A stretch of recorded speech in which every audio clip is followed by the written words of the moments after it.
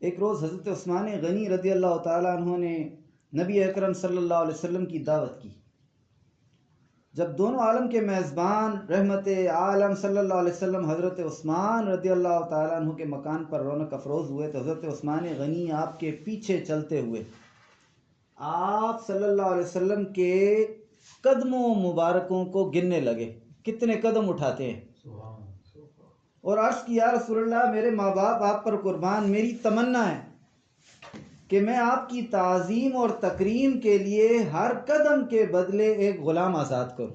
یہ جو آپ اپنے گھر سے نکلے ہیں اور میرے گھر تک آئے ہیں، جتنے قدم آپ نے اس زمین پر اٹھائے ہیں میرے گھر تک آنے کے لیے، آپ کی تعظیم کے لیے، آپ کی تکریم کے لیے، آپ کے ہر قدم پر ایک غلام آزاد کروں۔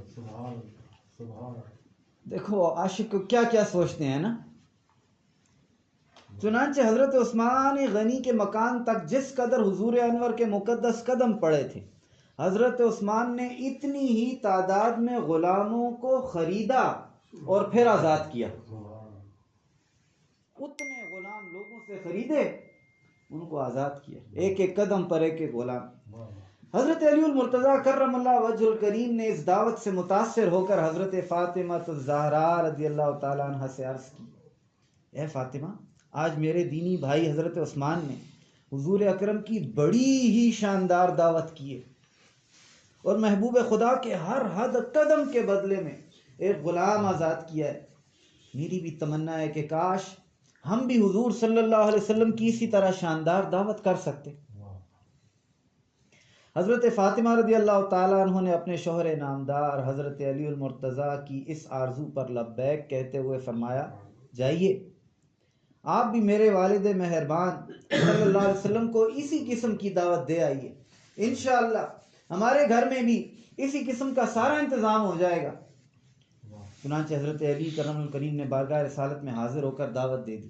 شہنشاہ عالم اپنے صحابہ کی ایک کثیر جماعت کو لے کر اپنی پیاری بیٹی کے گھر تشریف فرما ہو گئے۔ ادھر خاتون جنت رضی اللہ تعالیٰ عنہ خلوت میں تشریف لے گئی، رب کریم کی بارگاہ میں سر بسجود ہو گئیں اور یہ دعا مانگی، یا اللہ تیری بندی فاطمہ نے تیرے محبوب اور محبوب کے اصحاب کی دعوت کی ہے، تیری بندی کا صرف تجھ ہی پر بھروسہ ہے، لہذا ہے میرے رب آج تو میری لاج رکھ لے اور اس دعوت کے کھانوں کا عالم غیب سے انتظام فرما۔ یہ دعا مانگ کر حضرت فاطمہ الزہرا نے ہانڈیوں کو چولہوں پر چڑھا دی، خالی ہانڈیوں کو چولہوں پر چڑھا دیا۔ خدا رحمان کا دریائے کرم جوش میں آیا، اس رزاق مطلق نے دم زدن میں ان ہانڈیوں کو جنتی کھانوں سے بھر دیا۔ حضرت فاطمہ رضی اللہ تعالیٰ عنہ نے ان ہانڈیوں سے کھانا نکالنا شروع کیا۔ صحابہ کرام نے ان کھانوں کی خوشبو اور لذت سے حیران رہ گئے۔ خدا کی شان کہ حضور صلی اللہ علیہ وسلم اپنے صحابہ کرام کے ساتھ کھانا کھانے سے فارغ ہوئے، لیکن ہانڈیوں سے کھانا کم نہ ہوا۔ حضور اکرم نے صحابہ کرام کو متحیر دیکھ کر فرمایا، کیا تم لوگ جانتے ہو یہ کھانا کہاں سے آیا ہے؟ صحابہ کرام نے عرض کی، نہیں یا رسول اللہ۔ آپ نے ارشاد فرمایا، یہ کھانا اللہ تعالیٰ نے ہم لوگوں کے لیے جنت سے بھجوایا ہے۔ اب یہ سن کر نا بی بی فاطمہ الزہرا گوشہ تنہائی میں جا کے سجدہ ریز ہو گئی اور یہ دعائیں مانگی کہ یا اللہ حضرت عثمان نے تیرے محبوب کے ایک ایک قدم کے عوض ایک ایک غلام آزاد کیا تھا، لیکن تیری بندی فاطمہ کو اتنی استطاعت نہیں ہے، لہٰذا اے میرے رب کریم جہاں تو نے میری خاطر جنت سے کھانا بھیج کر میری لاج رکھ لی ہے، وہاں تو میری خاطر اپنے محبوب کے ان قدموں کے برابر جتنے قدم چل کر میرے گھر تشریف لائے ہیں ان کی امت کے گناہگار بندوں کو جہنم سے آزاد فرما۔ انہوں نے تو غلاموں کو آزاد کیا نا، امت کے گناہگاروں کو جہنم سے آزاد فرما۔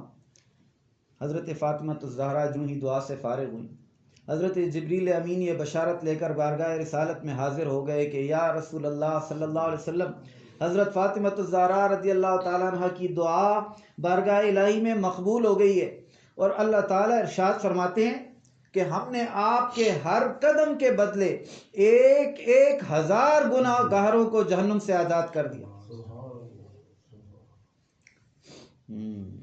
جامع المعجزات میں لائے ہیں اس کو۔